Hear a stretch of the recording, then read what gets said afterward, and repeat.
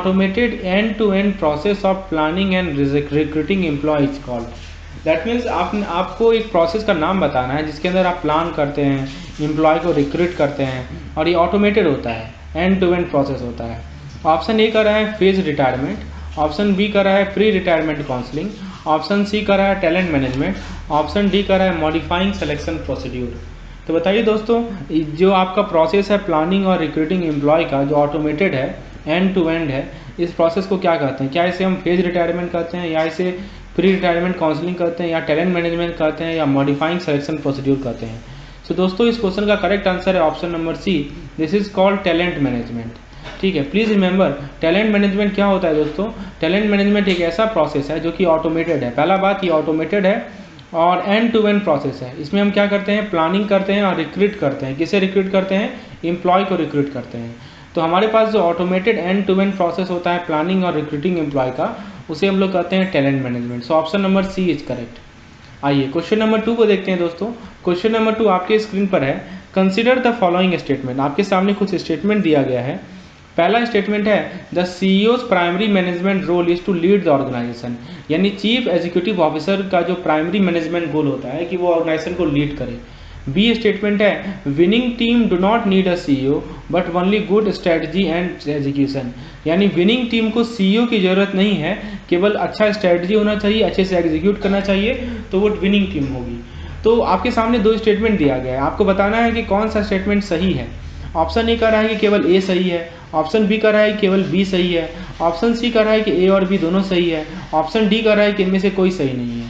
दोस्तों, इस तरह के सवाल पूछे जाते हैं सीआईबी के एग्जामिनेशन में, तो आप बताइए क्या ऑप्शन सही है। तो फ्रेंड्स, ये बताइए कि क्या सीईओ का प्राइमरी मैनेजमेंट रोल केवल ऑर्गेनाइजेशन को लीड करना होता है? ये बिल्कुल सही है। आखिर ऑर्गेनाइजेशन को लीड कौन करेगा? सीईओ लीड करेगा। मैंने आपको बताया था कि एक संस्था में दोस्तों बोर्ड ऑफ डायरेक्टर होते हैं, और जिस संस्था में बोर्ड ऑफ डायरेक्टर नहीं होते उसमें सीईओ का ही लीडिंग रोल होता है। ठीक है, फिर दूसरा पॉइंट कर रहा है कि विनिंग टीम को सीईओ की रिक्वायरमेंट नहीं है, तो सब साफ गलत है दोस्तों। सीईओ की रिक्वायरमेंट है ही है, विनिंग टीम को सीईओ की रिक्वायरमेंट है, और आपको सीईओ के साथ गुड स्ट्रेटजी और गुड एग्जीक्यूशन भी जरूरत है, तभी टीम विन करेगी। तो इसका करेक्ट आंसर है option number A, that is option number A is correct. ठीक है, आइए क्वेश्चन नंबर 3 को देखते हैं। क्वेश्चन नंबर 3 में आपसे पूछा जा रहा है कि कंसीडर द फॉलोइंग स्टेटमेंट्स। आपके सामने कुछ स्टेटमेंट दिए गए हैं। पहला स्टेटमेंट है succession planning is not necessary in family owned organisation, यानी मान लीजिए कि कोई ऑर्गेनाइजेशन है जो कि फैमिली ओन्ड है। ठीक है, फैमिली ओन्ड ऑर्गेनाइजेशन है, उसमें सक्सेशन प्लानिंग कोई ज़रूरी नहीं है। ठीक है, मतलब हमने अपने घर का ऑर्गेनाइजेशन है, ठीक है, एक जनरेशन से दूसरे जनरेशन में जा रहा है, तो इसमें सक्सेशन प्लानिंग की कोई ज़रूरत नहीं है। ऑप्शन बी कर रहा है कि succession planning involves top management commitment, constant review as well as periodic performance and periodic potential assessment. अब क्वेश्चन है कि choose the correct statement, A only, B only, A and B, none of the above. तो बताइए दोस्तों, option A आपको सही लग रहा है या गलत लग रहा है? तो फ्रेंड्स, ऑप्शन ए तो साफ गलत है। किसी भी फैमिली ऑन बिजनेस में सक्सेशन प्लानिंग होना बहुत ज़रूरी है, और सक्सेशन प्लानिंग के अंदर आप top management commitment, constant review, periodic performance, potential assessment, ये सभी एक्सेस करते हैं। तो इसका करेक्ट आंसर है ऑप्शन नंबर बी, तो 2 नंबर ऑप्शन सही होगा। ठीक है, चलिए आगे बढ़ते हैं दोस्तों, नेक्स्ट क्वेश्चन पे आते हैं। नेक्स्ट क्वेश्चन आपके स्क्रीन पर है, question number 4। HR audit is unnecessarily interference not leading to any meaningful improvement, यानी जो HR ऑडिट होता है, ह्यूमन रिसोर्स ऑडिट होता है, वो एक अननेसेसरी इंटरफेरेंस है, इसका कोई मीनिंगफुल इंप्रूवमेंट नहीं मिलता। एवं स्टेटमेंट इज ट्रू और फॉल्स। बताइए ये स्टेटमेंट सही है या गलत है? तो फ्रेंड्स, ये स्टेटमेंट गलत है, this is a wrong statement. HR audit बहुत इंपॉर्टेंट चीज़ है, it is not an unnecessary interference. So option number B is correct. Question number 5 देखते हैं दोस्तों। 5 में आपसे पूछा जा रहा है dash is a methodology to evaluate various element of HRD, यानी ह्यूमन रिसोर्स डेवलपमेंट। HRD क्या होता है दोस्तों? Human resource development. तो ह्यूमन रिसोर्स डेवलपमेंट को यदि आपको इसके अलग अलग एलिमेंट्स को इवेल्युएट करना है, तो आपके पास क्या मेथोडोलॉजी है? ऑप्शन ए कर रहा है HR ऑडिट, ऑप्शन बी कर रहा है HR सिस्टम, ऑप्शन सी कर रहा है HR स्ट्रक्चर, ऑप्शन डी कर रहा है HR प्लानिंग। बताइए दोस्तों, यदि आपको HRD के बहुत सारे एलिमेंट्स को इवेल्युएट करना है, तो आपके पास क्या प्रोसेस है? सो बताइए। करेक्ट आंसर है दोस्तों HR ऑडिट। HR ऑडिट इसीलिए करवाया जाता है ताकि हमारे जो अलग अलग एलिमेंट्स हैं HRD के, उसे हम इवेल्युएट कर सकें। और ये अननेसेसरी इंटरवेंशन नहीं है दोस्तों, this is a very important intervention which is required to evaluate various element of HRD। Next question है which of the following are included in the audit process. अभी हम एचआर ऑडिट की बात कर रहे हैं, तो आपसे सवाल ये पूछा जा रहा है कि एचआर ऑडिट प्रोसेस में क्या सब इंक्लूडेड होता है, क्या सब चीज़ें इंक्लूडेड होती हैं हमारे एचआर ऑडिट प्रोसेस में। ऑप्शन को जरा देखते हैं। तो ऑप्शन ए कह रहा है कि डिफाइनिंग ऑडिट स्टेटमेंट, यानी आप ऑडिट स्टेटमेंट को डिफाइन करते हैं। बी कह रहा है कि आप करंट प्रैक्टिसेस को एसेस करते हैं। सी कह रहा है कि आप रिजल्ट को एनालाइज करते हैं। और डी कह रहा है कि ये सभी करते हैं। तो दोस्तों एचआर ऑडिट में आप ऑडिट स्टेटमेंट को डिफाइन करेंगे, करंट प्रैक्टिसेस को एसेस करेंगे, रिजल्ट को एनालाइज करेंगे, यानी all of this activity you will conduct in HR audit. ठीक है, ऑडिट स्टेटमेंट डिफाइन करना, करंट प्रैक्टिसेस क्या है ये डिसाइड करना, और रिजल्ट को एनालाइज करना, all of this are included. So option number D is correct. Question number 7 आपके स्क्रीन पर है, कितने स्टेप्स होते हैं एचआर ऑडिट में। ऑप्शन ए कर रहा है 2 स्टेप होते हैं, बी कर रहा है 3 स्टेप होते हैं, सी कर रहा है 4 स्टेप होते हैं, और डी कर रहा है दोस्तों 5 स्टेप होते हैं। सो करेक्ट आंसर है दोस्तों 4 स्टेप होते हैं। There are 4 step which are involve in HR audit. अगला क्वेश्चन स्टेप पे ही है। क्वेश्चन नंबर 7 है choose the correct step in HR audit. आपको एचआर ऑडिट में जो 4 स्टेप होते हैं उसका करेक्ट स्टेप बताना है। पहला लिखा हुआ है assess current practices against the criteria that has been established. दूसरा ऑप्शन कर रहा है कि दूसरा स्टेप है define desired HR practices for the organisation. तीसरा स्टेप है एस्टैब्लिश इंप्रूवमेंट गोल। चौथा स्टेप है एनालाइज द रिजल्ट। तो बताइए दोस्तों करेक्ट स्टेप क्या है, what is the correct step. तो ऑप्शन ए कर रहा है 2 1 3 4, बी कर रहा है 2 1 4 3, सी कर रहा है 3 1 2 4, डी कर रहा है 1 2 3 4। तो फ्रेंड्स इसका करेक्ट आंसर है कि सबसे पहले आप क्या करते हैं एचआर ऑडिट में, सबसे पहले आप क्या करते हैं कि आपका जो एचआर प्रैक्टिसेस है, जो डिज़ायर एचआर प्रैक्टिसेस है, उसे आप डिफाइन करते हैं। एक संस्था के लिए क्या क्या डिज़ायर एचआर प्रैक्टिसेस है उसे आप क्या करते हैं डिफाइन करते हैं। This is the first step. तो this is the first step. तो आपने जब डिफाइन कर लिया उसके बाद दोस्तों आप क्या करते हैं, उसके बाद आप करंट प्रैक्टिसेस को देखते हैं कि करंट प्रैक्टिसेस हमारा क्या है, जो क्राइटेरिया इस्टेब्लिश किया गया है उसके अगेंस्ट आप देखते हैं कि करंट प्रैक्टिसेस हमारा क्या है। जब आप करंट प्रैक्टिसेस को इस्टेब्लिश एसेस कर लेते हैं फिर आप देखते हैं कि रिजल्ट को एनालाइज करते हैं, और रिजल्ट एनालाइज करने के बाद आप इम्प्रूवमेंट गोल को इस्टेब्लिश करते हैं। तो करेक्ट आंसर इज 2। सबसे पहले 2 होता है, उसके बाद हम लोग करंट प्रैक्टिसेस को एसेस करते हैं, उसके बाद रिजल्ट को एनालाइज करते हैं, और फिर इम्प्रूवमेंट गोल को इस्टेब्लिश करते हैं। तो option 2 1 4 3 option number B is correct. This is the correct step. तो एचआर ऑडिट का आपको करेक्ट स्टेप पता होना चाहिए, डिफाइन करना, फिर एसेस करना, एनालाइज करना रिजल्ट को, और फिर इम्प्रूवमेंट गोल को एस्टैब्लिश करना। So these are the step which are involve. Question number 8 की हम बात करें तो 8 में कह रहा है कि choose the step involve in succession planning. अभी देखिए अभी तक क्वेश्चन था एचआर ऑडिट पे, अब क्वेश्चन है सक्सेशन प्लानिंग पे। आपको बताना है कि सक्सेशन प्लानिंग में कौन कौन सा स्टेप इन्वॉल्व है। तो पहला ऑप्शन कर रहा है कि डिसीजन मेकिंग स्टेज, दूसरा ऑप्शन कर रहा है चूजिंग अ सक्सेसर, तीसरा ऑप्शन कर रहा है the gradual transfer of management responsibility to the successor, और ऑप्शन डी कर रहा है ऑल द अबव। तो दोस्तों सक्सेशन प्लानिंग में सबसे पहले क्या होता है, हम लोग डिसीजन मेकिंग स्टेज करते हैं, उसके बाद हम लोग एक सक्सेसर को चॉइस करते हैं, फिर हम लोग मैनेजमेंट का रिस्पॉन्सिबिलिटी उस सक्सेसर को ट्रांसफर करते हैं, और फाइनली ये सभी होते हैं। तो option number D is correct, यानी ये all these steps are included in succession planning. Question number 9 आपकी स्क्रीन पर है। इसमें आपसे पूछा जा रहा है कि टीम का जो पहला स्टेज ऑफ एक्टिविटी होता है उसके रिगार्डिंग इनमें से कौन सा स्टेटमेंट सही है। तो पहला ऑप्शन देखते हैं, पहला स्टेटमेंट देखते हैं कि पहला फ्यू मंथ जो होता है टीम के लाइफ का, उसका कोहेसिवनेस हाई होता है और उसका इफेक्टिवनेस हाई होता है। फिर बी कह रहा है कि जो टीम मेंबर्स होते हैं वो अपने टीम के लिए कमिटेड नहीं होते हैं। सी कह रहा है कि जो टीम का एनर्जी होता है वो फ्यूचर पे कंसंट्रेटेड होता है, फ्यूचर सक्सेस पे कंसंट्रेटेड होता है। Choose the correct statement. कौन सा स्टेटमेंट सही है first line stage of activity के regarding, A and B and C, A and C, all the above. तो दोस्तों इसका करेक्ट आंसर मैं आपको बताता हूँ। तो फ्रेंड्स इसका करेक्ट आंसर है हमारा, देखिए सबसे पहला फ्यू मंथ जो टीम लाइफ का होता है कोहेसिवनेस हाई नहीं होता है, कोहेसिवनेस लो होता है, और इफेक्टिवनेस भी लो होता है। तो option number A is incorrect. ठीक है, ये गलत है क्योंकि पहले कुछ मंथ में इफेक्टिवनेस और कोहेसिवनेस लो होते हैं। फिर दोस्तों जो टीम मेंबर्स होते हैं वो टीम के लिए कमिटेड नहीं होते हैं, बिल्कुल सही बात है। और जो टीम की एनर्जी होती है वो फ्यूचर सक्सेस पे कंसंट्रेटेड होती है, ये भी सही बात है। तो option number B and C are correct, A is incorrect. So 2 number option is correct, 2 number सही होगा दोस्तों हमारा। चलिए तो 2 नंबर के यानी कि क्वेश्चन नंबर 9 का करेक्ट आंसर है दोस्तों ऑप्शन नंबर 2। आगे बढ़ते हैं, क्वेश्चन नंबर 10 पे आते हैं। Consider the following statement regarding teams adolescence, अभी मैंने आपको फर्स्ट स्टेज ऑफ एक्टिविटी के बारे में पूछा था, अब मैं आपसे पूछ रहा हूँ कि एडोलेसेंस स्टेज के रिगार्डिंग बताइए।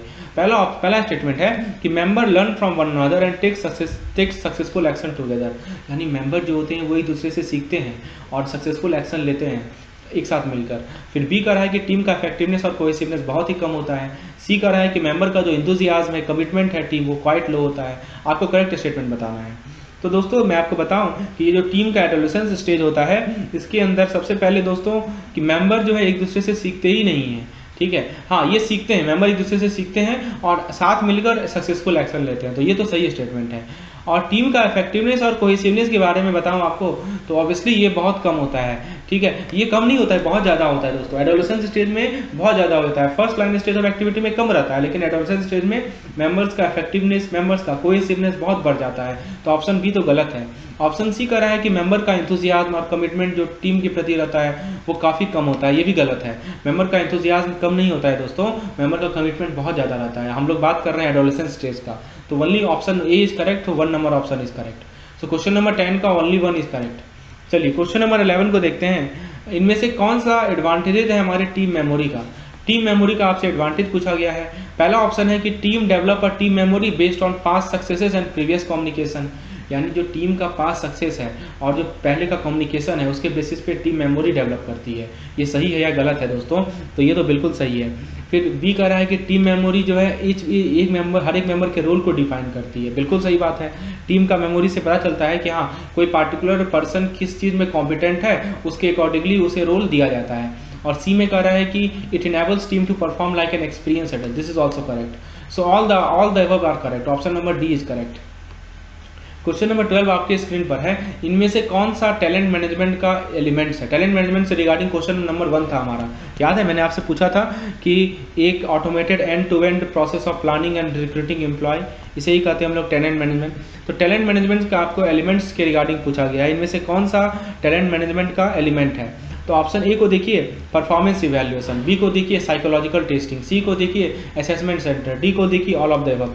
तो correct answer is all of the above, यानी ये सभी दोस्तों हमारे टैलेंट मैनेजमेंट के एलिमेंट्स हैं।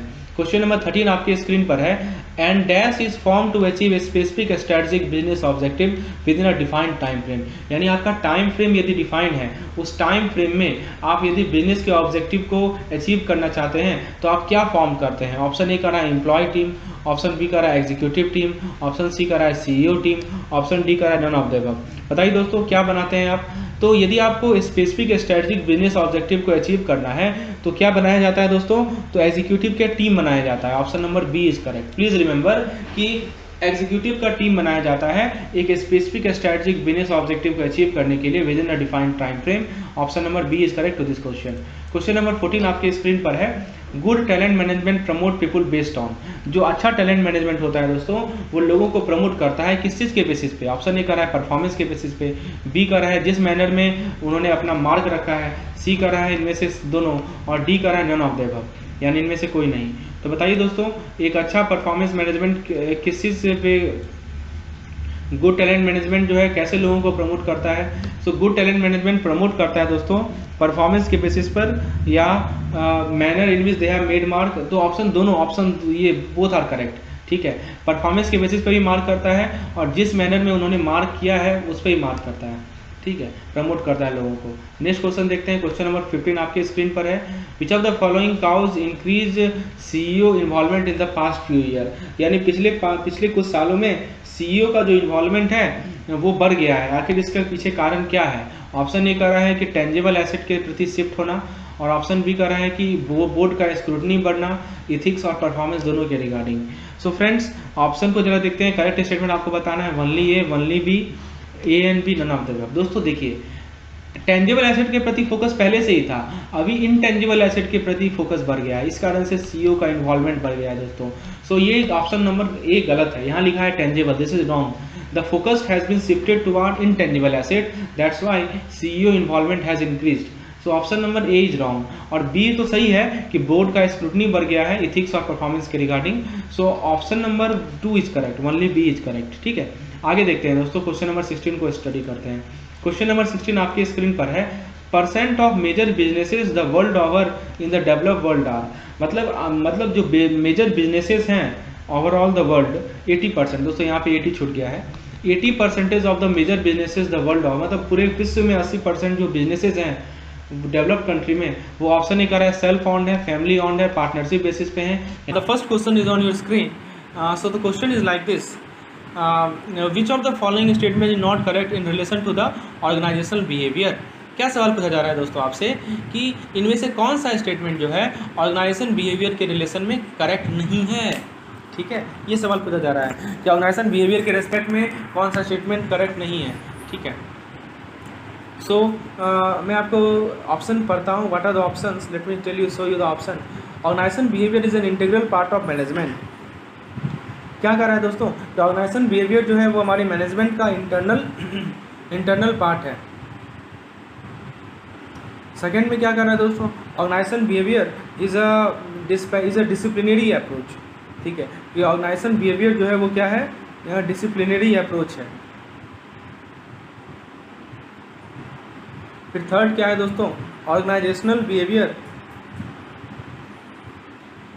Help in analysis of behaviour. Organisation behaviour जो है आपको हेल्प करता है किस चीज़ के एनालिसिस में, बिहेवियर के एनालिसिस में। और फोर्थ पॉइंट है organisation behaviour is goal oriented. अब दोस्तों एक बात समझिए, एडगार स्किन ने क्या कहा कि ऑर्गेनाइजेशन, हम लोग ऑर्गेनाइजेशन बिहेवियर की बात कर रहे हैं दोस्तों। ठीक है, तो सबसे पहले मैं आपको बता दूं कि ऑर्गेनाइजेशन बिहेवियर क्या हमारे मैनेजमेंट का इंटीग्रल पार्ट है, is it integral part of the management. अब यहाँ सवाल है नॉट करेक्ट। ओके, सो यहाँ पे दोस्तों क्वेश्चन किससे रिलेटेड है, नॉट करेक्ट, इनमें से कौन सा करेक्ट नहीं है। ओके, सो बताइए क्या सही आंसर आपको लग रहा है, what is the correct answer to this question. तो ये देखिए, मैनेजमेंट का ऑर्गेनाइजेशन बिहेवियर एक इंटीग्रल पार्ट है, राइट। तो option A is correct. Option B कर रहा है कि डिसिप्लिनरी अप्रोच है, यहाँ पे डाउट है दोस्तों, डिसिप्लिनरी अप्रोच नहीं है। ठीक है, थर्ड कर रहा है दोस्तों, it help in analysis of behaviour. Yes, बिल्कुल करेक्ट है, बिहेवियर के एनालिसिस हम लोग ऑर्गेनाइजेशन बिहेवियर से करते हैं, करेक्ट है।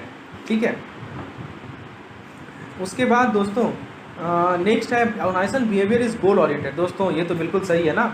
ठीक है, ये तो हम लोग पहले से ही पढ़ते आ रहे हैं। ठीक है, कि डिसिप्लिन ये गोल ओरिएंटेड है, तो ए सी डी सही लग रहा है। अब जरा बी पे थोड़ा सा हम लोग चर्चा करते हैं दोस्तों। What is the meaning of disciplinary approach, इसका मतलब क्या हुआ दोस्तों, जैसे कि आपका साइंस हो गया, ठीक है, सोशल स्टडीज़ हो गया, ठीक है, और आपका मैथ हो गया, इंग्लिश हो गया, ये सब हमारा डिसिप्लिनरी अप्रोच कहलाता है।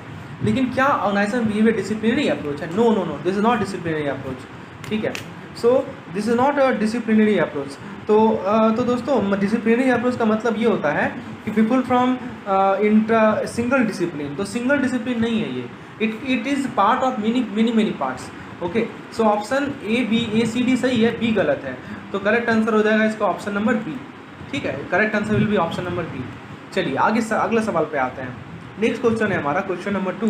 सम of the organisational behaviour challenges and opportunities include all of the following except. ध्यान दीजिएगा दोस्तों, सवाल में आपसे ये पूछा जा रहा है कि ऑर्गेनाइजेशन का जो बिहेवियर का कुछ चैलेंजेस हैं, ठीक है, तो इनमें से कौन सा चैलेंजेस हैं नहीं है, ये पूछा गया है कि इनमें से कौन सा चैलेंजेस नहीं है, राइट। सो आप बताइए कि कौन सा चैलेंजेस नहीं है ऑर्गेनाइजेशन बिहेवियर का। तो सबसे पहला हम लोग स्टार्ट करते हैं, पहला ऑप्शन को पढ़ते हैं, reinforcing the importance of traditional method of management. B कर रहा है offering a specific insight to improve interpersonal and people skill. C कर रहा है helping us learn to cope in continuing changing world. और डी कर रहा है facilitating the improvement of quality and employ productivity. अब आप बताइए दोस्तों कि यहाँ पे कौन सा हमारा ऑर्गेनाइजेशन बिहेवियर का चैलेंज और अपॉर्चुनिटी नहीं है। तो हम लोग पीछे से स्टार्ट करते हैं, facilitating the improvement of quality and employ productivity. Obvious सी बात है, हम ऑर्गेनाइजेशन बिहेवियर क्यों पढ़ रहे हैं, ताकि हम अपने एम्प्लॉय की प्रोडक्टिविटी को बढ़ा सकें, हम लोग उसकी क्वालिटी को बढ़ा सकें। So this is one of the challenges, right. Help us learn to cope in the continuing changing world. बिल्कुल सही बात है, हमारा जो अभी का वर्तमान देश, हमारा विश्व है, वो लगातार बदल रहा है, वो डेली बदल रहा है दोस्तों। It is undergoing continuous transformation. So इस बदलते हुए विश्व में कैसे हम लर्न कर सकें, हाँ, तो ये एक इम्पॉर्टेंट चैलेंज है। फिर दोस्तों स्पेसिफिक इंसाइट हमें देता है ऑर्गेनाइजेशन बिहेवियर कि कैसे हम पीपल के स्किल को बढ़ा सकें। So option B is also a challenge. But A कर रहा है कि हम अपने ट्रेडिशनल मेथड ऑफ मैनेजमेंट को रीइंफोर्स कर सकें। This is wrong. Okay, this organisation behaviour has nothing to do with traditional method. Organisation behaviour को ट्रेडिशनल मेथड से कोई मतलब नहीं है, right. So option A is wrong. So the correct answer to this question is option A. ठीक है, option a challenge नहीं है, बाकी तीनों चैलेंज हैं। नेक्स्ट क्वेश्चन पे आते हैं दोस्तों। अब आपसे ये पूछा गया है दोस्तों कि इनमें से कौन सा हमारे जो बिहेवियरल डायनामिक्स है, एक ऑर्गेनाइजेशन का जो बिहेवियर डायनामिक्स होता है उसमें से इसमें से कौन सा पार्ट है, matrix structure, divisional structure, formal and informal structure, functional structure. बताइए, अभी आपने बिहेवियरल डायनामिक्स पढ़ा है ना, तो इनमें से कौन सा जो है बिहेवियरल डायनामिक्स का पार्ट है, matrix, divisional, formal, informal, functional. तो ऑप्शन जरा देखते हैं, 1, 2 and 4, 1, 3 and 4, all of the above, none of the above. तो आपने सब पढ़ा है दोस्तों, मैट्रिक्स हो, डिविजनल हो, फॉर्मल, इनफॉर्मल हो, फंक्शनल हो, all of this comes under behavioural dynamics. So option number C will be correct, C correct है दोस्तों, ठीक है, सी इज करेक्ट। अब दोस्तों एक कंसेप्ट मैं आपको बता देता हूँ, एक let me tell you one concept. Matrix structure में क्या होता है दोस्तों, आप जरा रिकॉल कीजिए, बहुत सारे लीडर्स होते हैं। मैट्रिक्स स्ट्रक्चर में क्या होता है दोस्तों कि लीडर्स जो होते हैं ना, बहुत सारे लीडर्स होते हैं, ठीक है, और एक जो ग्रुप है उसको सबको रिपोर्ट करना पड़ता है। इसको जैसे मान लीजिए कि एक लीडर ये हो गया, ये दूसरा लीडर है, ये तीसरा लीडर है, और यहाँ पे हमारा ग्रुप है, उसको इसे भी रिपोर्ट करना है, इसे भी रिपोर्ट करना है, इसे भी रिपोर्ट करना है। तो ये होता है हमारा मैट्रिक्स स्ट्रक्चर। दोस्तों मैं आपको सिंपलेस्ट भाषा में समझा रहा हूँ, उन सभी स्ट्रक्चर को मैं रिकॉल करवा रहा हूँ। MCQs को सॉल्व करने का बेस्ट तरीका है कि आप जितने भी ऑप्शन हैं सबके बारे में जानिए, राइट। तो बिहेवियरल डायनेमिक्स में मैं आपको क्या बता रहा हूँ कि बिहेवियरल डायनेमिक्स में जो मैट्रिक्स स्ट्रक्चर होता है उसमें एक सिंगल ग्रुप रहेगा, लेकिन उसको रिपोर्ट करना रहेगा अलग अलग लीडर्स को, ठीक है। अब जरा बात कर लेते हैं डिविजनल स्ट्रक्चर की। डिविजनल स्ट्रक्चर में क्या होता है, ये यूज़ तब होता है जब ज्योग्राफिकल एरिया लार्ज होता है, और मान लीजिए कि ज्योग्राफिकल एरिया लार्ज है और साथ ही साथ बहुत सारा प्रोडक्ट हमें प्रोड्यूस करना है, तो बात आती है डिविजनल स्ट्रक्चर की। अब दोस्तों फॉर्मल स्ट्रक्चर में क्या होता है कि वर्क का डिलीगेशन होता है अमॉन्ग द मेंबर, यानी कि वर्क को जो है, काम को हम लोग क्या करते हैं, मेंबर्स में बांट देते हैं, डिलीगेट कर देते हैं। और इनफॉर्मल स्ट्रक्चर में क्या करते हैं कि कोई रिस्पॉन्सिबिलिटी नहीं होता है, और यहाँ पे हम लोग अपने साइकोलॉजिकल नीड्स को फुलफिल करने के लिए करते हैं।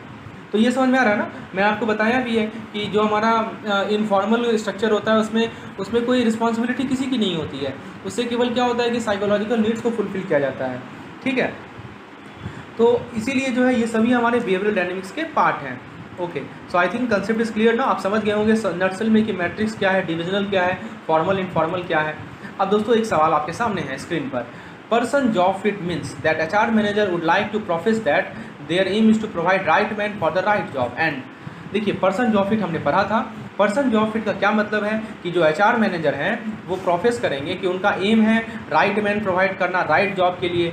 और फिर उसके बाद क्या है दोस्तों,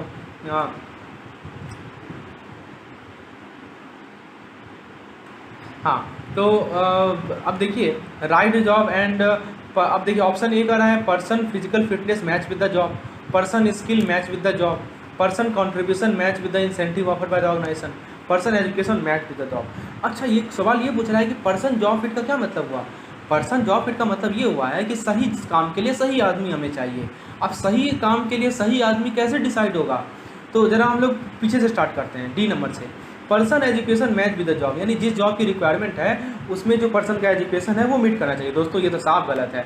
अब अभी आपको मैं एग्जांपल बताता हूँ। मान लीजिए कि दो आदमी हैं, ठीक है, इसने भी ग्रेजुएशन कर रखी है, इसने भी ग्रेजुएशन कर रखी है, लेकिन ये इंट्रोवर्ट नेचर का है, ये एक्सट्रोवर्ट नेचर का है। तो एक्सट्रोवर्ट, मान लीजिए आपने क्या किया कि इंट्रोवर्ट वाले को सेल्समैन बना दिया, तो वो कभी भी काम सही से नहीं कर पाएगा। ऑल्दो दोनों का एजुकेशन लेवल सेम है, लेकिन जो एक्सट्रोवर्ट वाला है, क्योंकि वो एक्सट्रोवर्ट है, वो एग्रेसिव है, तो वो सेल्स वाले काम को आसानी से कर पाएगा। तो आप देख रहे हैं ना, एजुकेशन सेम रहते हुए भी आप जॉब दे देंगे अलग अलग तो काम नहीं बनेगा, इसीलिए ऑप्शन डी गलत है। तो दोस्तों किसी भी कंसेप्ट को काउंटर करने के लिए आपके पास एक प्रूफ होना चाहिए, तो ऑप्शन डी इज़ रॉन्ग। फिर सी में कह रहा है कि person contribution match with the incentive offer by the organisation. अच्छा, मतलब उस पर्सन का जो कंट्रीब्यूशन है वो जो इंसेंटिव सरकार ऑर्गेनाइजेशन देगी उससे मैच करना चाहिए, this is completely wrong. B कर रहा है कि person skill match with the job, ठीक है, यानी पर्सन का जो स्किल है वो, हाँ दोस्तों ये सही है, ऑप्शन सी सही है कि पर्सन का जो कंट्रीब्यूशन है वो इंसेंटिव से मैच होना चाहिए। और पर्सन फिजिकल फिटनेस का कोई मतलब ही नहीं है, स्किल का कोई मतलब ही नहीं, तो option number C is correct कि person contribution match with the incentive offered by the organisation, ठीक है। अब अगले नेक्स्ट क्वेश्चन देखते हैं। अब देखिए सवाल ये पूछा जा रहा है आपसे कि in context of group formation and development कौन सा करेक्ट है, ठीक है। आप ग्रुप का फॉर्मेशन कर रहे हैं, आप जो है ग्रुप के फॉर्मेशन और डेवलपमेंट में कौन सा स्टेटमेंट सही है। पहला है norming, individual accept one another and conflict is resolve through group discussion. दूसरा है performing, everybody work cohesively toward the target and appreciate each other work experience and skill. तीसरा है storming, individual often want for leadership position during the stage of development. D करा all of the above. अब आइए दोस्तों हम लोग एक एक करके ध्यान से समझते हैं। तो दोस्तों सबसे पहली बात करेक्ट पूछा गया है, राइट, करेक्ट पूछा गया है। तो नॉर्मिंग में क्या होता है बताइए, please tell what happen in norming.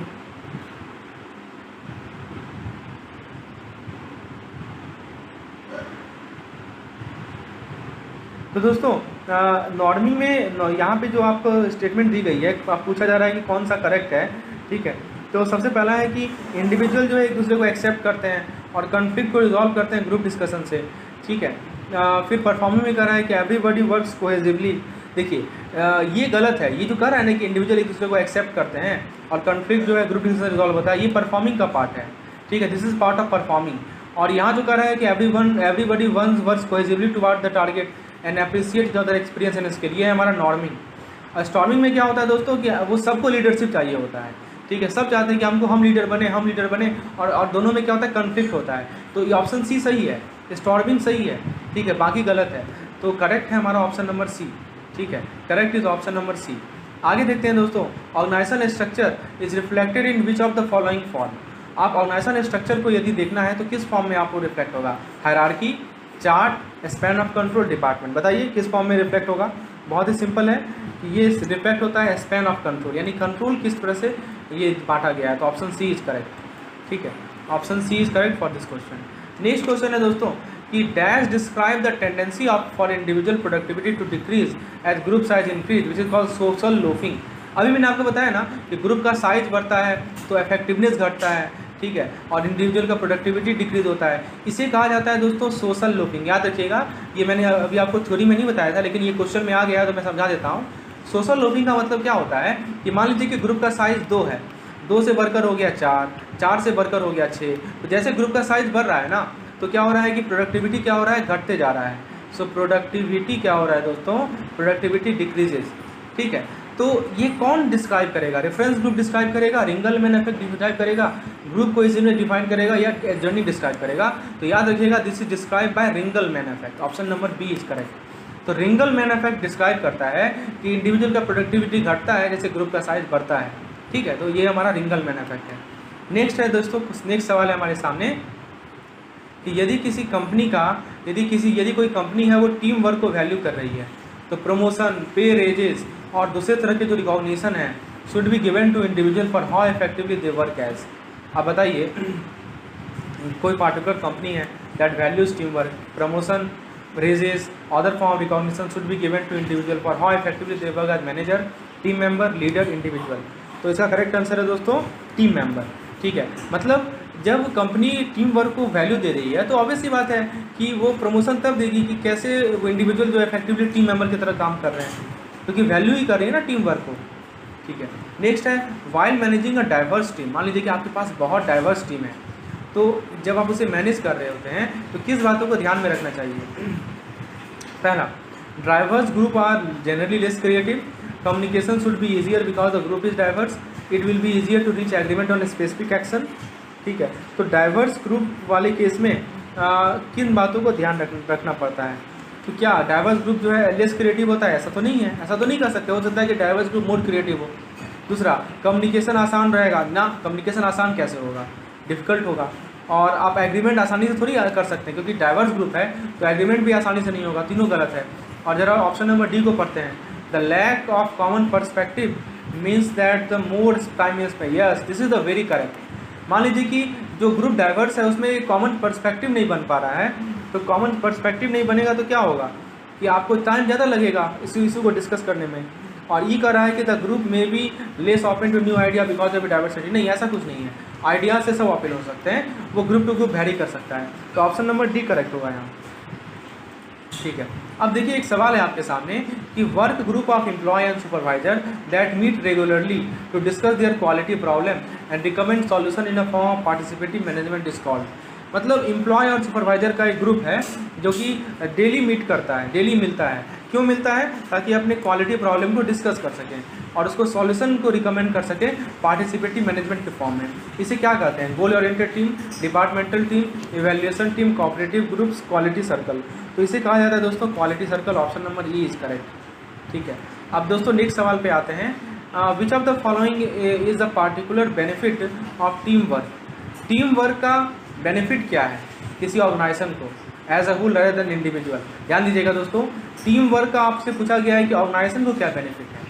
Team work का इंडिविजुअल को बेनिफिट नहीं पूछा गया है, टीम वर्क का ऑर्गेनाइजेशन को क्या बेनिफिट है। पहला, transfer of skill and technical expertise, job enrichment, increase motivation, learning skill from other. तो बताइए टीम वर्क का आपको ऑर्गेनाइजेशन को क्या बेनिफिट है, ये पूछा जा रहा है दोस्तों।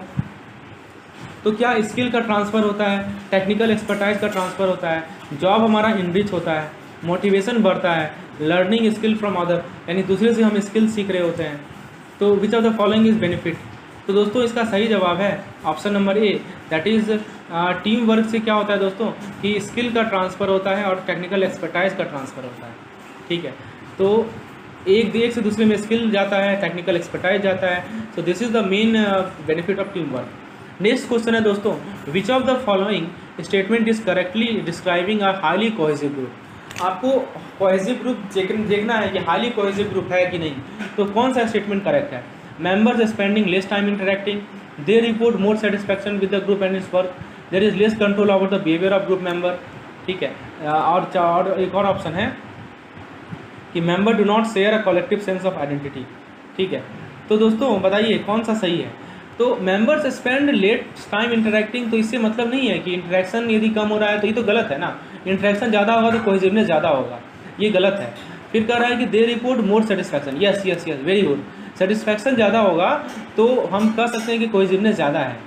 There is less control over the behaviour of group member, नहीं कंट्रोल यदि कम रहेगा तो फिर कैसे आप कहेंगे कोहेसिव ग्रुप होगा? क्योंकि देखिए यदि ग्रुप कोहेसिव रहेगा ना तो आपस में क्या होगा कि आपस में ये एग्रीमेंट रहेगा दोस्तों, आपस में क्लैरिटी रहेगा, सभी का एक मत रहेगा, there is unanimity, right. So less control over the behaviour, this is wrong. तो पहला गलत है और तीसरा गलत है। ठीक है, अब जरा फोर्थ स्टेटमेंट को पढ़ते हैं। Member do not share a collective sense of identity, this is wrong, right. ये कैसे हो सकता है दोस्तों? जब तक कोहेसिवनेस नहीं रहेगा तब तक एक कलेक्टिव सेंस कैसे आएगा, आइडेंटिटी का कलेक्टिव सेंस कैसे आएगा? तो आपने क्या देखा कि 1, 3 और 4 गलत है, तो ऑप्शन नंबर सी करेक्ट होगा, केवल 2 ओनली सही है। ठीक है, तो करेक्ट आंसर है इसमें सी। आगे देखते हैं दोस्तों, टकमैन का जो स्टेज था टीम फॉर्मेशन का वो किस ऑर्डर में जाता है? Norming, storming, forming, performing, adjourning. बताइए सबसे पहले क्या आता है दोस्तों? मैं आपको स्टेजेस बता देता हूँ, let me tell you the stages. So पहले आता है फॉर्मिंग, उसके बाद आता है स्टॉर्मिंग, फिर आता है नॉर्मिंग, फिर आता है परफॉर्मिंग और फिर आता है एडजॉर्निंग।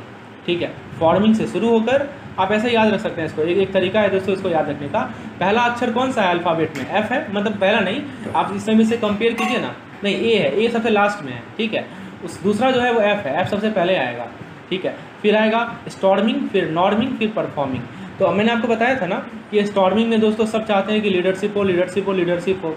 नॉर्मिंग में मैं क्या बताया था दोस्तों, एक बार रिकॉल कीजिए, सबका एग्जाम्पल रिकॉल कीजिए आप।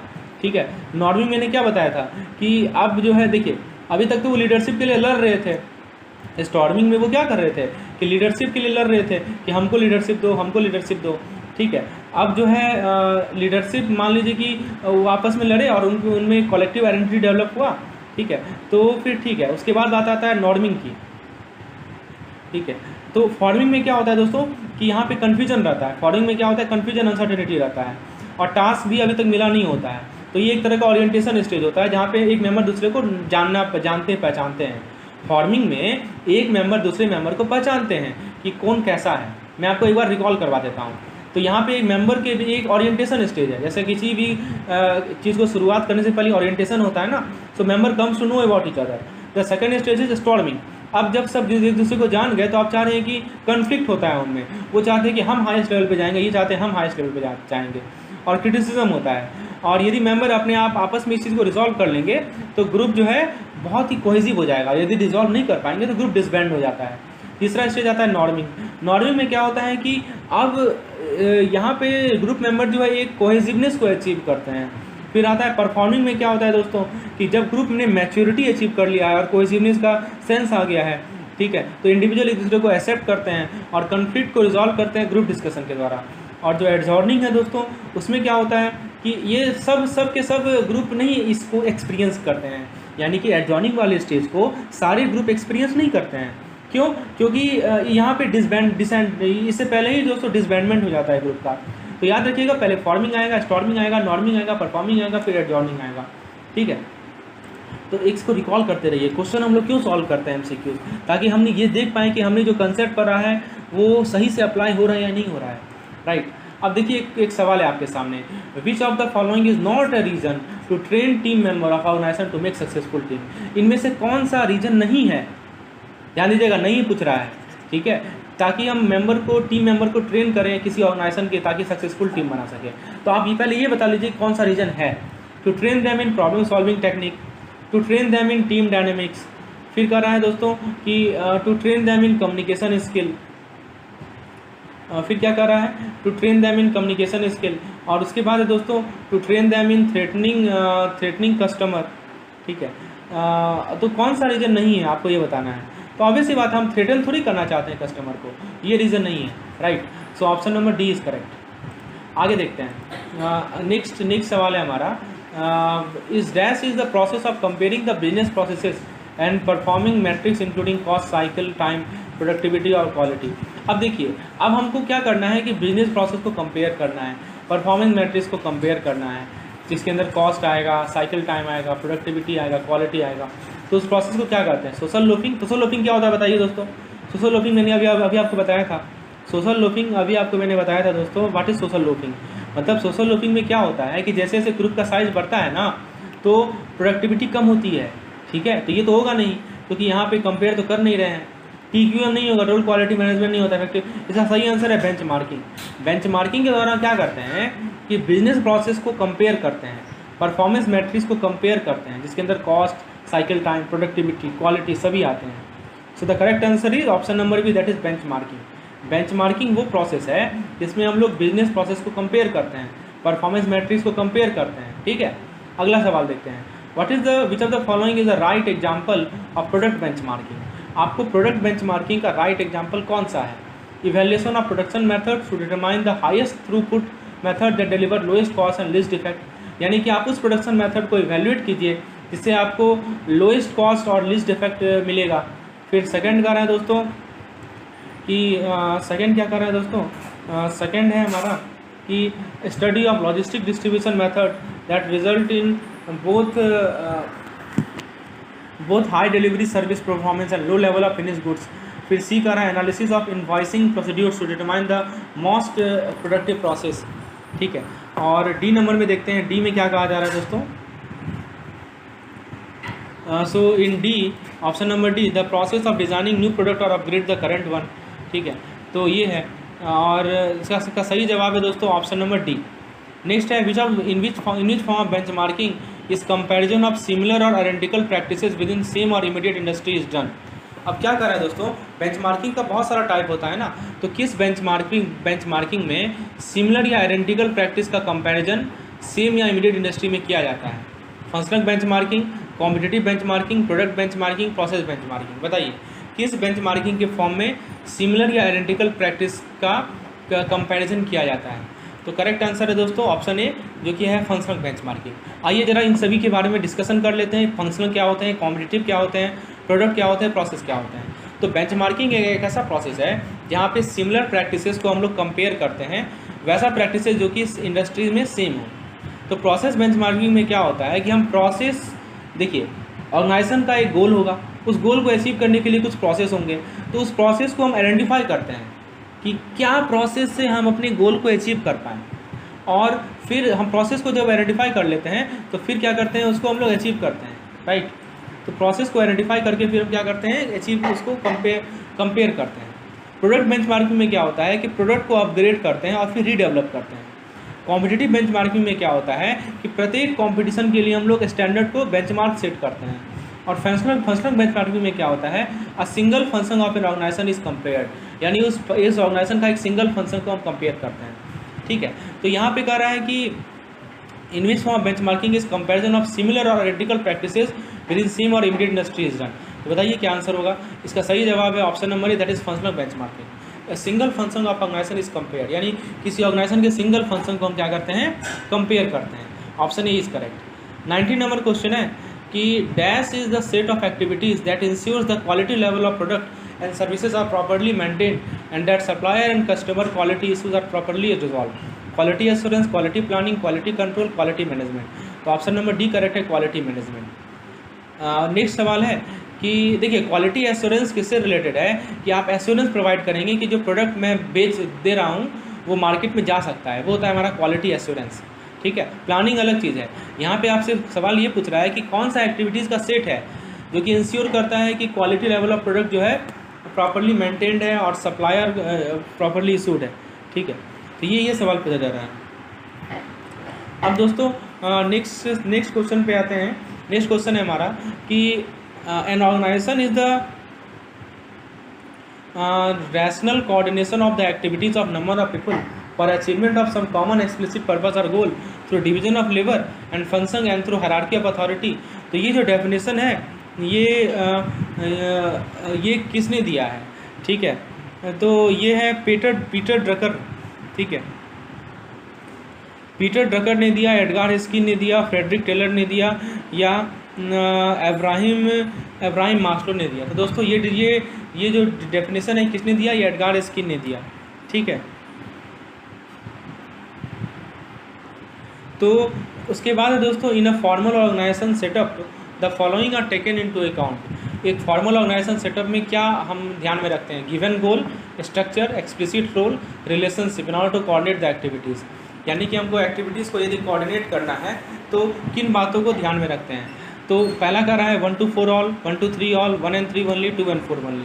तो करेक्ट आंसर है इसका 1 to 4 ऑल, यानी कि गोल देखते हैं, स्ट्रक्चर देखते हैं, एक्सप्लिसिट रोल देखते हैं और चौथा हम लोग रिलेशनशिप देखते हैं किसी भी फॉर्मल ऑर्गेनाइजेशन सेटअप में। What is organisation chart? Organisation chart क्या होता है?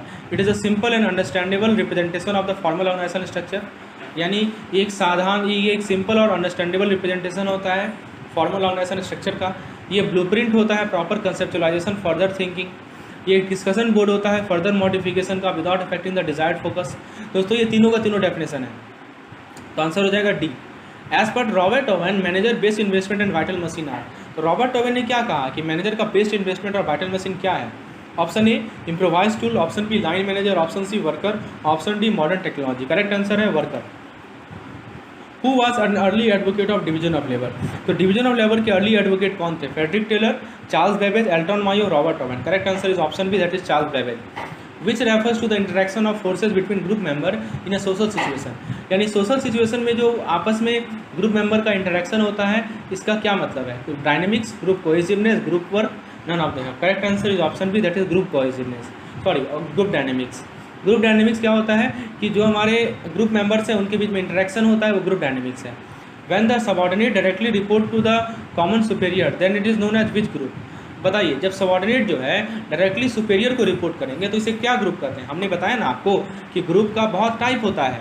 तो एक होता है टास्क ग्रुप, एक होता है सेकेंडरी ग्रुप, एक होता है कमांड ग्रुप, एक होता है रेफरेंस ग्रुप, ठीक है, एक फ्रेंडशिप ग्रुप भी होता है। तो जब सबऑर्डिनेट डायरेक्टली रिपोर्ट करते हैं ना कॉमन सुपेरियर को, इसे कहते हैं command group. Option C is correct. Which of the following is not a stage in the group development process? Group development process में कौन सा स्टेज नहीं है? Storming, norming, implementing, forming. तो हमने पढ़ा है ना, इम्प्लीमेंटिंग इसमें कोई ऐसा स्टेज नहीं है। Option C is correct. Which stage is characterise by cooperation, integration and unity? आपको बताना है किस स्टेज में कॉपरेशन होता है, इंटीग्रेशन होता है, यूनिटी होता है। Performing, norming, adjourning, forming. बताइए, नॉर्मिंग में तो होगा नहीं, सॉरी एडजॉर्निंग में होगा नहीं, परफॉर्मिंग में होगा दोस्तों। Option A is correct, sorry norming में होता है, कॉपरेशन होता है, इंटीग्रेशन होता है, यूनिटी होता है। Option B is correct. In which stage there is struggle, dispute and competition among the member? इसको स्टॉर्मिंग कहते हैं, कि जहाँ पे लीडरशिप के लिए स्ट्रगल होता है। और मैंने आपको बताया था कि ये जो स्ट्रगल है, यदि वो ज़्यादा भयानक रूप लेता है तो वो ग्रुप ही डिसबैंड हो जाता है। और फिर यदि इस स्ट्रगल के कारण जो ग्रुप मेंबर्स हैं वो आपस में एकता बना ले, यूनिटी बना ले, इंटीग्रेट हो जाए, तो फिर वो ग्रुप बहुत ही ज़्यादा कोहेसिव हो जाता है। तो स्टॉर्मिंग बहुत ही इंपॉर्टेंट स्टेजेस है जहाँ पे लीडरशिप के लिए क्या होती है, तकरार होती है। Option C is correct. In which stage project is coming to an end and group member are moving off in different direction? बताइए, आपको बताना है कि कौन सा स्टेज है जहाँ पे प्रोजेक्ट जो है वो खत्म हो जाता है और ग्रुप मेंबर अलग अलग डायरेक्शन में जाते हैं। तो करेक्ट आंसर है दोस्तों इसका एडजॉर्निंग, है ना। Arrange the following stage of group development in correct order. बताइए सबसे पहले क्या आएगा, सबसे पहले आएगा हमारा फॉर्मिंग, दूसरा क्या आएगा स्टॉर्मिंग, तीसरा क्या आएगा नॉर्मिंग, चौथा क्या आएगा परफॉर्मिंग, छठा क्या आएगा, पांचवा क्या आएगा एडजॉर्निंग। ठीक है, which group is created by member for their own satisfaction and their working is not regulated by organisation rules and regulation. बताइए ऐसा कौन सा ग्रुप है जो कि मेंबर बनाते हैं अपने अपने सेटिस्फेक्शन के लिए और उनका वर्किंग का कोई रेगुलेशन नहीं होता है, कोई रेगुलेट नहीं करता है, तो इसको कहते हैं इनफॉर्मल ग्रुप। इनफॉर्मल यानी कि फॉर्मल नहीं होना, option B is correct. Who has given the group development process, group development process किसने दिया है, हॉमेंस ने, न्यूकॉम्ब ने, टकमैन ने, नन ऑफ द अबव। अभी मैंने आपको बताया था ये जो फॉर्मिंग नॉर्मिंग वाला है ये टकमैन ने दिया, option C is correct. When a person exert less effort to achieve a goal when there are working in a group then when working alone is called। ध्यान दीजिएगा सवाल ये पूछ रहा है आपसे कि जब एक आदमी जो है कम एफर्ट लगाता है गोल को अचीव करने के लिए जब वो ग्रुप में काम कर रहा है, और जब वो अकेले काम करता है तो ज़्यादा एफर्ट लगाता है, तो इसको क्या कहते हैं, इसको कहते हैं सोशल लोफिंग। मैंने अभी आपको बताया ना कि जैसे ग्रुप का साइज बढ़ता है तो आदमी जो है काम कम करते हैं, उनका इफेक्टिवनेस घट जाता है। यही चीज़ बताया जा रहा है कि अभी वो ग्रुप में काम कर रहा है तो कम एफर्ट लगा रहा है, और जब वो अकेले काम करेगा तो ज़्यादा एफर्ट लगाएगा। ऐसा क्यों हो रहा है, इसको कहते हैं सोशल लोफिंग। इसे क्या कहते हैं दोस्तों, सोशल लोफिंग कहते हैं। Dash are the rules of behaviour and code of conduct that provide some order and conformity to group activities and operation. आपको बताना है कि बिहेवियर का रूल्स क्या है, कोड ऑफ कंडक्ट क्या है, जो कि कुछ ऑर्डर बताता है, कन्फर्मिटी बताता है group activities and operation, dynamic, cohesiveness, norms, formation. तो दोस्तों ये है हमारा नॉर्म्स। ठीक है, ये है हमारा नॉर्म। अभी मैंने आपको बताया था ना कि नॉर्म्स बेसिकली एक स्टैंडर्ड होता है, ठीक है, जो कि सभी ग्रुप मेंबर को फॉर्म्स फॉलो करना होता है। Dash refers to the degree of attachment और bonding that member feel within the group. तो ये होता है हमारा कोहेसिवनेस। फिर नेक्स्ट है which of the following factor does not affect group cohesiveness. कौन सा फैक्टर है कोहेसिवनेस को अफेक्ट नहीं करता है, size, location, group status, data collection. Correct answer is data collection. Following statement are correct. People component of organisation has always received due attention. Industrial revolution led to rise of union. Management theory and approach to people management are very closely related. Choose appropriate option। बताइए कि people component, मैंने आपको बताया था ना कि organisation में people component भी एक important part होता है। ठीक है, तो people component को हमेशा ड्यू अटेंशन मिला है। इंडस्ट्रियल रिवॉल्यूशन के कारण यूनियन में राइज हुआ है। फिर मैनेजमेंट थ्योरी और अप्रोच जो पीपल मैनेजमेंट है वो आपस में क्लोजली रिलेटेड है। तो बताइए कौन सा सही ऑप्शन है, आपको बताना है। तो दोस्तों मैं आपका सही आंसर बताता हूँ। Let me tell you the correct answer to this question. So answer number 3 is correct. ध्यान दीजिएगा दोस्तों, ये जो पहला ऑप्शन है कि पीपल कंपोनेंट को हमेशा ड्यू अटेंशन मिला है, this is wrong. Industrial revolution के कारण यूनियन खत्म हो गया है। मैंने आपको बताया था ना कि यूनियन थ्रेट पे आ गया है, उनकी एग्जिस्टेंस थ्रेट में आ गई है, राइट। इंडस्ट्रियल रिवॉल्यूशन से यूनियन का बढ़ा नहीं है, वो खत्म हो रहा है, ये हमने ऑलरेडी डिस्कस कर रखा है दोस्तों। और मैंने आपको ये भी बताया था कि हमारे की कोर ऑफ एचआरएम में पीपल आता है, मैनेजमेंट आता है, फिर और भी दोस्तों हम लोगों ने बिहेवियरल डायनामिक्स डिस्कशन किया था।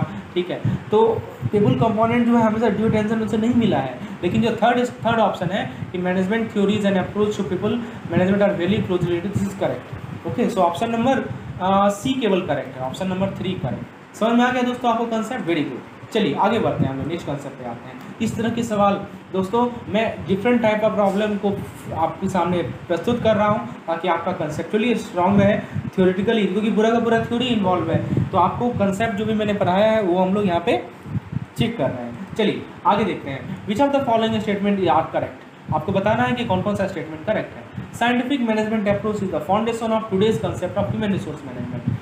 HRM का फाउंडेशन कहाँ है, दिस इज द क्वेश्चन। तो क्या साइंटिफिक मैनेजमेंट अप्रोच आज के HRM का फाउंडेशन है? फिर बी कर रहा है कि labour management to human resource management is not just a quantitative expansion of the people management but is qualitatively different. That means क्या कर रहा है दोस्तों कि जो लेबर मैनेजमेंट है और जो ह्यूमन रिसोर्स मैनेजमेंट है ये केवल पीपल मैनेजमेंट का एक्सपेंशन नहीं है, बट लेकिन ये बहुत सी डिफरेंट है। आपको बताना है कि सही ऑप्शन क्या है, only A, only B, both A and B, none of the. बताइए आपने कंसेप्ट पढ़ा है, थ्योरी पढ़ा है, क्या सही जवाब लग रहा है दोस्तों? तो दोस्तों देखिए, आपसे यदि पूछा जाए आज का जो हमारा today's concept of human resource management, ठीक है। सो दोस्तों मैं आपको बताता हूँ,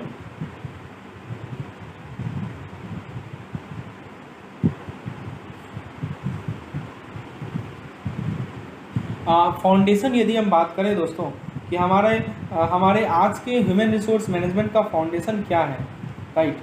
so let us talk about the foundation of this today तो दोस्तों देखिए, पीपल मैनेजमेंट जो है वो हमारे, आपसे यदि पूछा जाए कि ह्यूमन रिसोर्स मैनेजमेंट का फाउंडेशन क्या है, तो आप जवाब देंगे क्या? People management.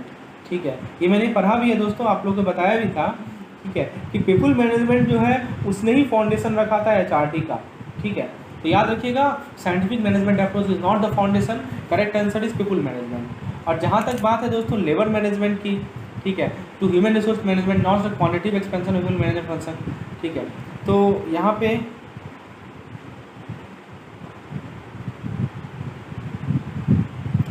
पे दोस्तों labour management to human management.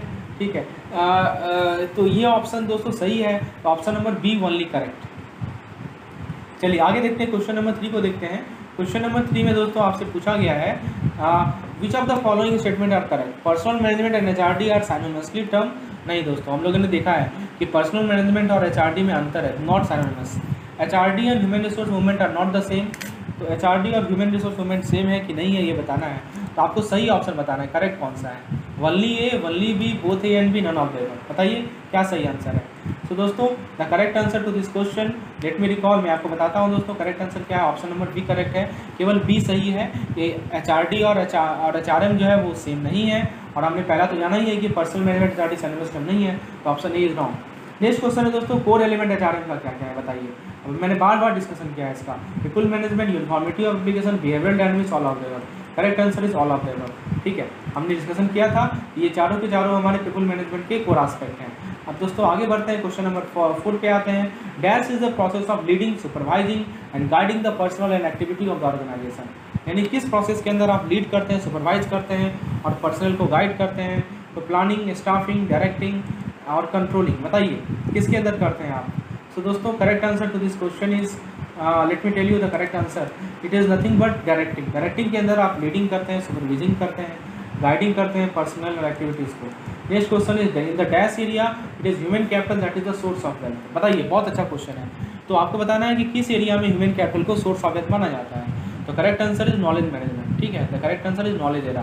तो नॉलेज एरिया में ह्यूमन कैपिटल को source of management, source of wealth कहा जाता है।